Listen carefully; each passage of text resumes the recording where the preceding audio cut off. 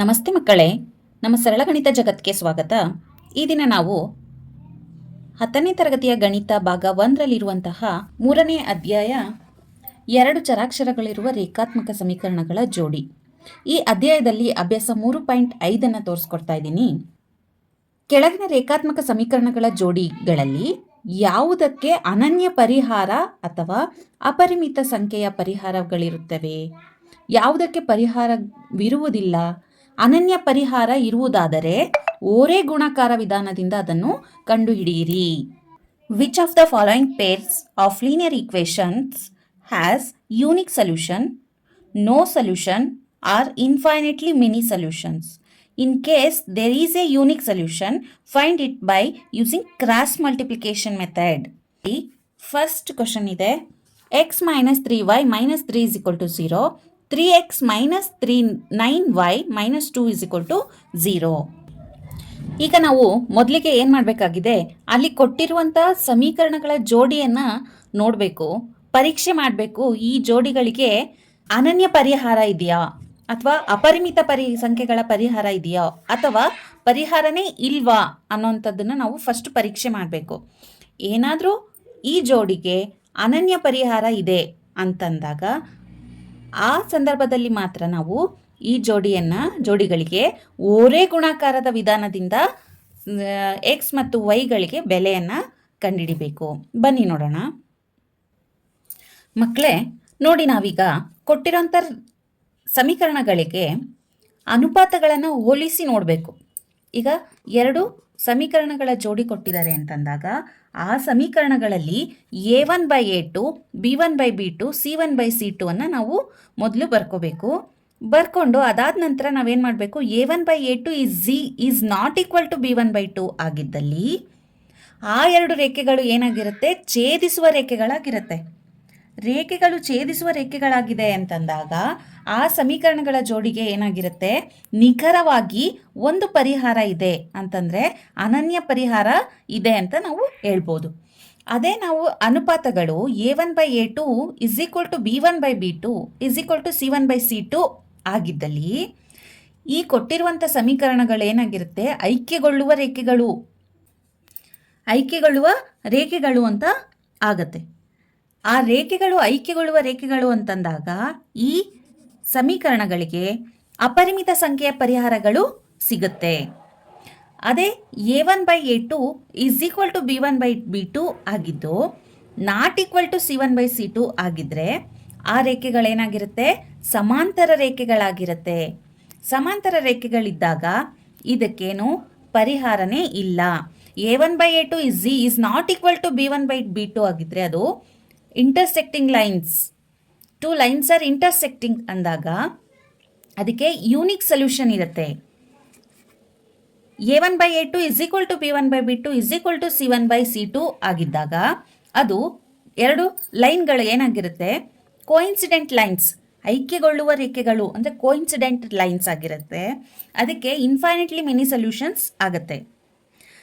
a1/a2 is equal to b1/b2 is not equal to c1/c2 ಆಗಿದ್ದರೆ 2 lines are parallel lines parallel ಆಗಿರುತ್ತೆ. Lines parallel ಆಗಿದೆ ಅಂತಂದರೆ ಅಂಥ ಸಂದರ್ಭದಲ್ಲಿ there is no solution for this 2 equation. ಗೊತ್ತಾಯ್ತಾ ಮಕ್ಕಳೇ? ಈಗ ನಾವು ಕೊಟ್ಟಿರುವಂಥ ಪ್ರಶ್ನೆಗಳಿಗೆ ಈ ಅನುಪಾತಗಳನ್ನು ಹೋಲಿಸಿ ನೋಡಬೇಕು. ಅನುಪಾತಗಳ ಹೋಲಿಸಿ ನೋಡಿದಾಗ ಈ ಸಮೀಕರಣಗಳಿಗೆ ಅನನ್ಯ ಸೊಲ್ಯೂಷನ್ ಬಂದಾಗ, ಅನನ್ಯ ಪರಿಹಾರ ಬಂದಾಗ ನಾವು ಅದನ್ನು ಓರೆ ಗುಣಾಕಾರದ ವಿಧಾನದಲ್ಲಿ ಪರಿಹಾರಗಳನ್ನು ಕಂಡುಹಿಡಬೇಕಾಗತ್ತೆ.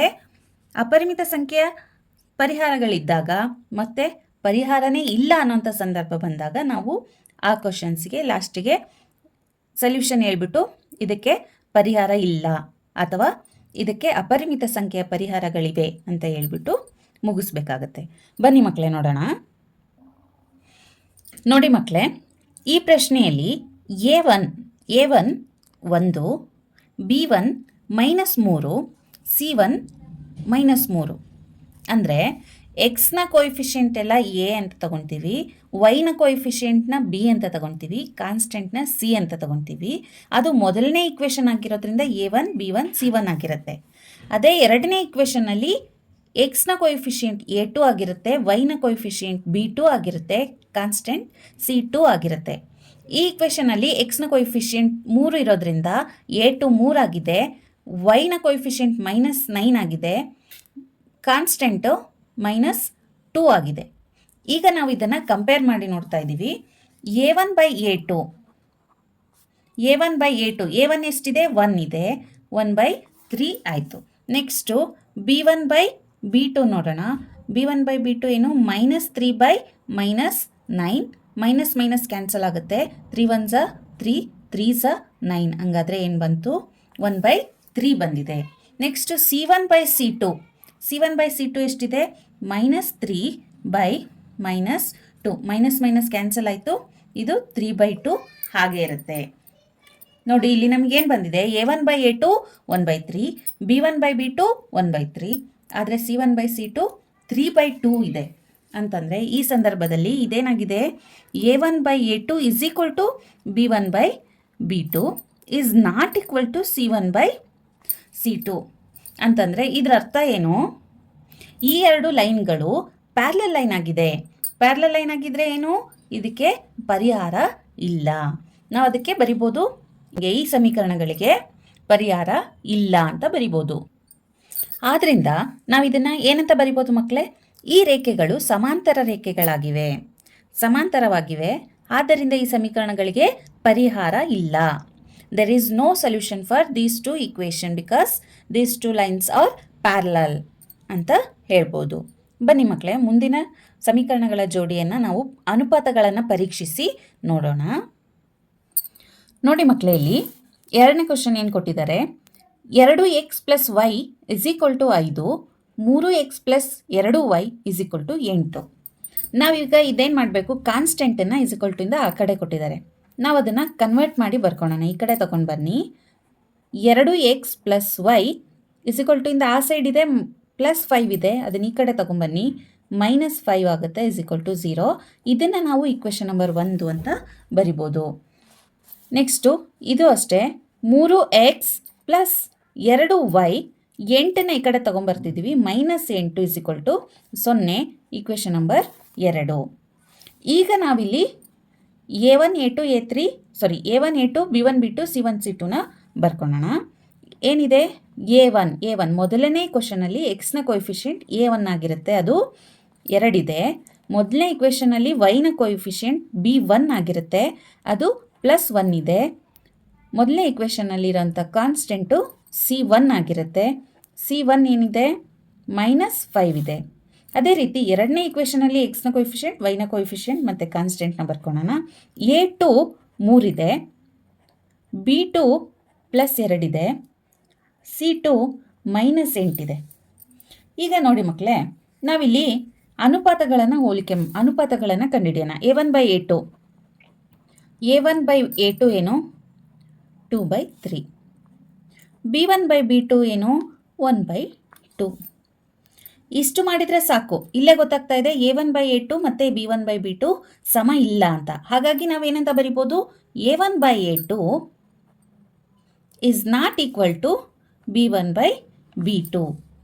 ನೋಡಿ, ಇಲ್ಲಿ ಅನುಪಾತಗಳನ್ನು ಹೋಲಿಕೆ ಮಾಡ್ತಾ ಇದ್ದೀವಿ. ಮುಂದಿಂದು ಅಂದರೆ C1/C2 ಅನ್ನು ಕಂಡುಹಿಡಿಯುವಂಥ ಅವಶ್ಯಕತೆನೇ ಬರೋದಿಲ್ಲ ನಮಗೆ. A1/A2 is not equal to B1/B2 ಆಗಿದೆ ಅಂತಂದರೆ ಈ ಸಮೀಕರಣಗಳು ಛೇದಿಸುವ ರೇಖೆಗಳಾಗಿರುತ್ತೆ, ಇಂಟರ್ಸೆಕ್ಟಿಂಗ್ ಲೈನ್ಸ್ ಆಗಿರುತ್ತೆ. ಛೇದಿಸುವ ರೇಖೆ ಇದೆ ಅಂದಾಗ ಈ ಸಮೀಕರಣಕ್ಕೆ ಅನನ್ಯ ಪರಿಹಾರ ಇದೆ ಅಂತ ಅರ್ಥ. ಹಾಗಾಗಿ ನಾವೇನಂತ ಬರಿಬೋದು? ಈ ಸಮೀಕರಣಗಳ ಜೋಡಿಗಳು ಅನನ್ಯ ಪರಿಹಾರ ಹೊಂದಿವೆ ಅಂತ ಬರಿಬೋದಲ್ವಾ. ಈಗ ನಮಗೇನು ಹೇಳಿದ್ದಾರೆ? ಅನನ್ಯ ಪರಿಹಾರ ಇರುವುದಾದರೆ ಓರೇ ಗುಣಾಕಾರ ವಿಧಾನದಿಂದ ಅದನ್ನು ಕಂಡುಹಿಡಿಯಿರಿ ಅಂತ ಹೇಳಿದ್ದಾರೆ. ಹಾಗಾದರೆ ಇಲ್ಲಿ ನಮಗೆ ಅನನ್ಯ ಪರಿಹಾರ ಇದೆ ಅಂತ ಗೊತ್ತಾಗಿದೆ. ಈಗ ನಾವು ಓರೇ ಗುಣಾಕಾರ ವಿಧಾನವನ್ನು ಬಳಸ್ಕೊಂಡು ಈ ಸಮೀಕರಣಗಳಿಗೆ ಪರಿಹಾರನ ಕಂಡುಹಿಡಿತಾ ಇದ್ದೀವಿ. ಬನ್ನಿ ಮಕ್ಕಳೇ ನೋಡೋಣ. ಓರೇ ಗುಣಾಕಾರ ವಿಧಾನವನ್ನು ನಾವು ಬಳಸ್ತಾ ಇದ್ದೀವಿ. ಓರೇ ಗುಣಾಕಾರ ವಿಧಾನಕ್ಕೆ ನಾವು ನೋಡಿ ಇಲ್ಲಿ ನಾವು ಈ ಥರ ಮೊದಲು ಬರ್ಕೋಬೇಕಾಗುತ್ತೆ. B1 B2 C1 C2 A1 A2 ಮತ್ತು B1/2 ಈ ಥರ ಬರ್ಕೊಂಡ್ವಿ. ಇದರಿಂದ ನಾವು ಸಮೀಕರಣವನ್ನು ಈಸಿಯಾಗಿ ಬರ್ಕೋಬೋದು. ಏನು? x ಎಕ್ಸ್ ಡಿವೈಡೆಡ್ ಬೈ ಏನು, ಓರೆ ಗುಣಾಕಾರ ಅಂತ ಹೇಳಿದಾರಲ್ವಾ, ಓರೆಯಾಗಿ ಗುಣಾಕಾರವನ್ನು ಮಾಡ್ತೀವಿ ಅಂತ ಅರ್ಥ. ಇದೇನಾಗುತ್ತೆ, x divided by b1 into c2 minus b2 into c1 is equal to ಇಲ್ಲಿ y ಡಿವೈಡೆಡ್ ಬೈ ಇಲ್ಲೂ ಅಷ್ಟೇ c1 ಇಂಟು a2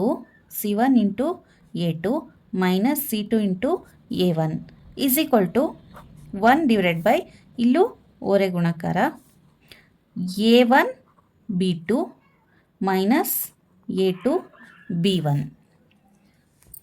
ಈಗ ನಮಗೆ ಇಲ್ಲಿ a1 a2 b1 b2 c1 c2 value ಗೊತ್ತಿದೆಯಲ್ವಾ, ಅದನ್ನು ಇಲ್ಲಿ ನಾವು ಸಬ್ಸ್ಟಿಟ್ಯೂಟ್ ಮಾಡ್ತಿದ್ದೀವಿ.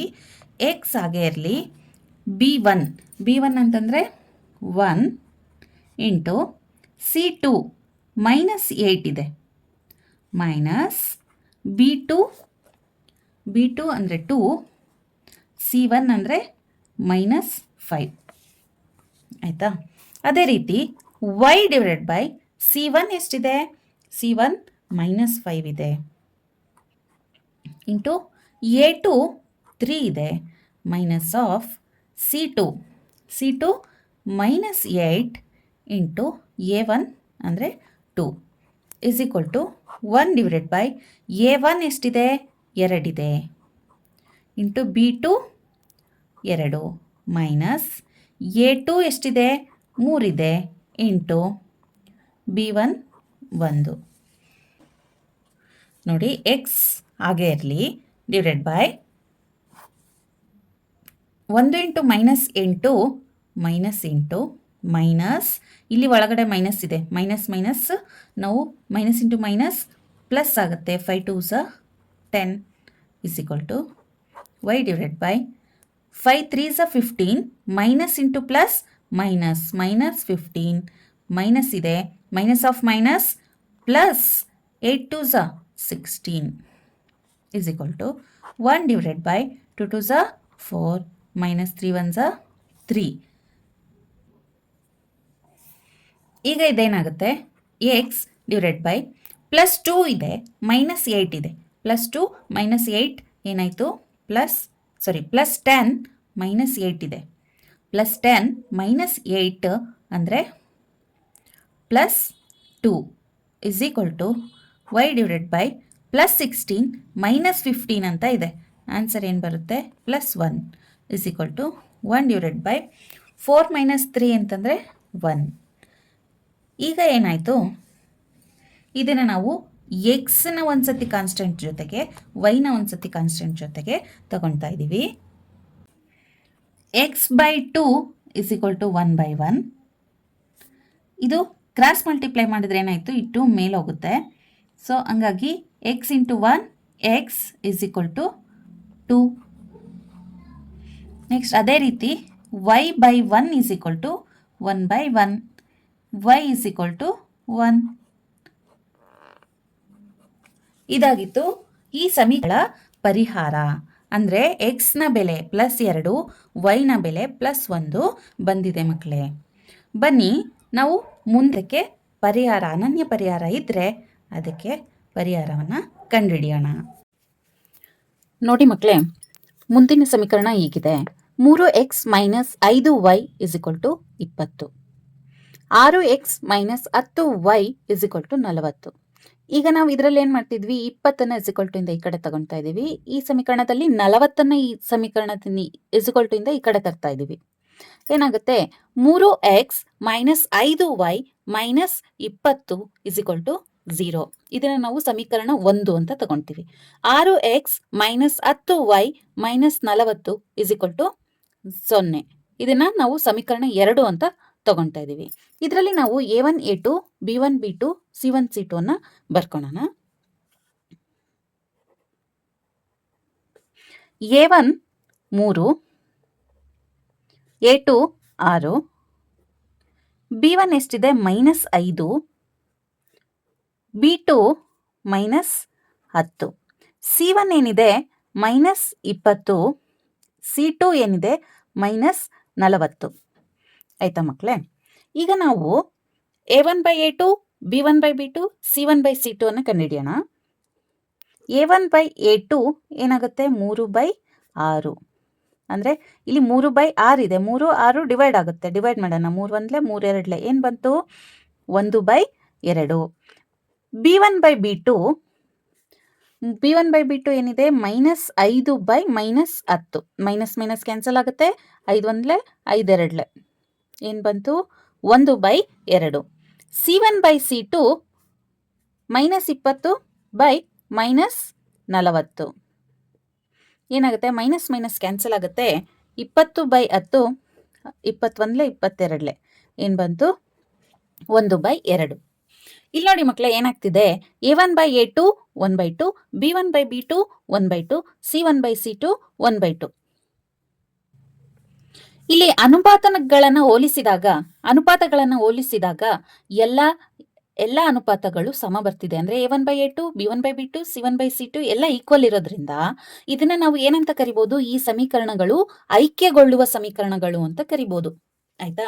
ಈ ಎರಡು ಸಮೀಕರಣಗಳು ಐಕ್ಯಗೊಳ್ಳುವ ಸಮೀಕರಣ ಆದಾಗ ಇದಕ್ಕೆ ನಾವು ಏನಂತ ಹೇಳ್ಬೋದು, ಇದಕ್ಕೆ ಅಪರಿಮಿತ ಸಂಖ್ಯೆಯ ಪರಿಹಾರ ಇದೆ ಅಂತ ಹೇಳ್ಬೋದು. ಹಾಗಾಗಿ ಮಕ್ಕಳೇ ಈ ಸಮೀಕರಣಕ್ಕೆ ಅಪರಿಮಿತ ಪರಿಹಾರ ಇದೆ ಅಂತ ಹೇಳಿ ಬರೆದ್ರೆ ಮುಗ್ದೋಯ್ತು. ಬನ್ನಿ ಮುಂದಿನ ಪ್ರಶ್ನೆಯನ್ನು ನೋಡೋಣ.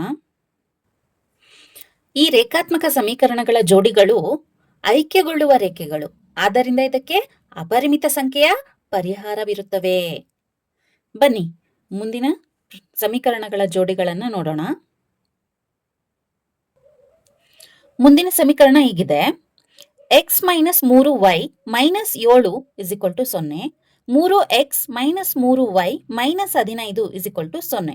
ಇದನ್ನ ನಾವು ಸಮೀಕರಣ 1 ಅಂತ ಬರ್ಕೊಳ್ಳೋಣ. ಇದನ್ನ ಸಮೀಕರಣ 2 ಅಂತ ಬರ್ಕೊಳ್ಳೋಣ.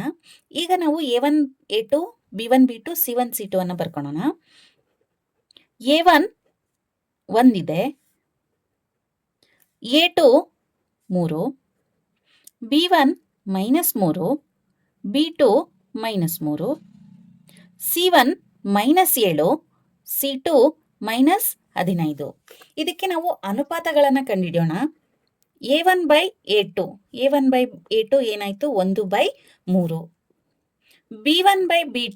B1/B2 ಏನಿದೆ -3/-3, -3 ಕ್ಯಾನ್ಸಲ್ ಆಗುತ್ತೆ. ಏನು ಬರುತ್ತೆ 1/1 ಅಥವಾ 1 ಅಂತಾನೂ ಬರಿಬೋದು. C1/C2 -7/-15. ಇಲ್ಲಿ ಮೈನಸ್ ಕ್ಯಾನ್ಸಲ್ ಆಗುತ್ತೆ. C1/C2 ಏನಂತ ಬರಿಬೋದು 7/15 ಅಂತ ಬರಿಬೋದು. ಇಲ್ಲಿ ನೋಡಿ ಅನುಪಾತಗಳನ್ನು ಹೋಲಿಕೆ ಮಾಡಿ ನೋಡಿ ಏನ್ ಬರ್ತಿದೆ ನಮಗೆ. A1/A2 is not equal to B1/B2 is not equal to C1/C2 ಅಂತಾನೂ ಬರಿಬೋದು. ಇಲ್ಲಿ ನೋಡಿ ಯಾವ ಅನುಪಾತಗಳು ಸಮ ಇಲ್ಲ, ಆದ್ರಿಂದ ನಾವು ಇದನ್ನ ಏನಂತ ಹೇಳ್ಬೋದು,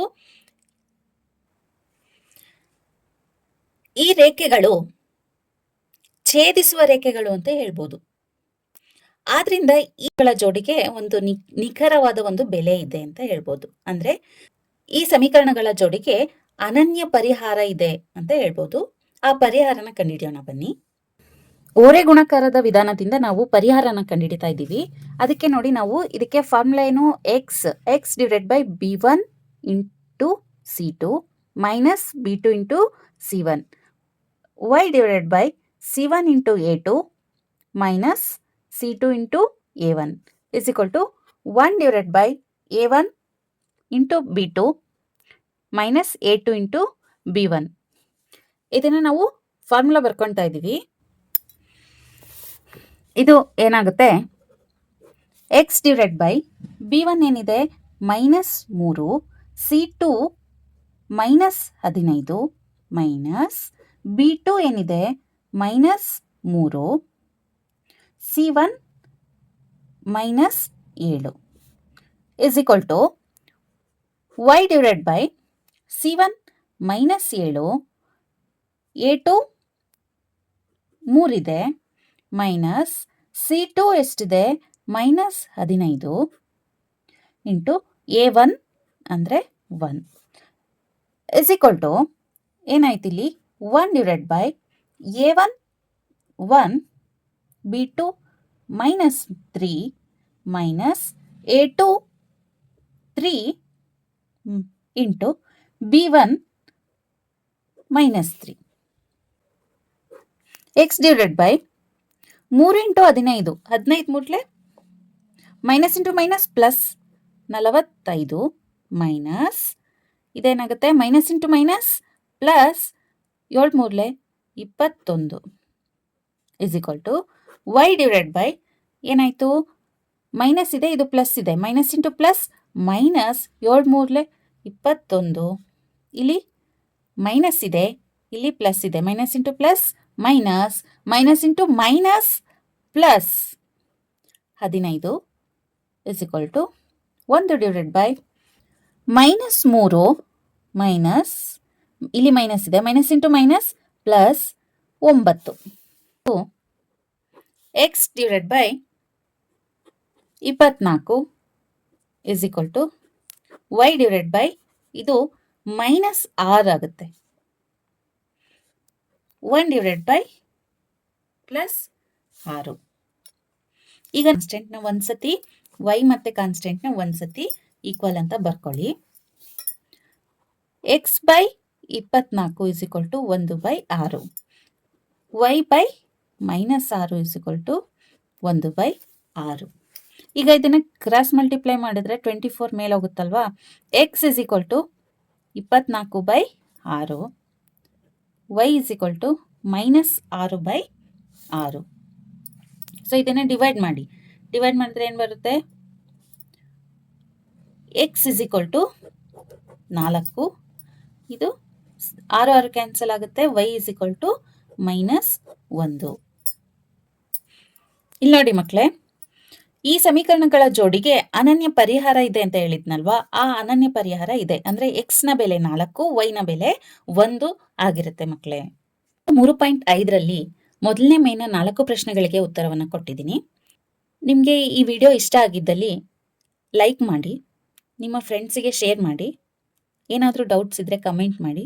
ದಯವಿಟ್ಟು ನನ್ನ ಚಾನಲ್ನ ಸಬ್ಸ್ಕ್ರೈಬ್ ಮಾಡ್ಕೊಳ್ಳಿ. ಥ್ಯಾಂಕ್ ಯು ಮಕ್ಕಳೇ.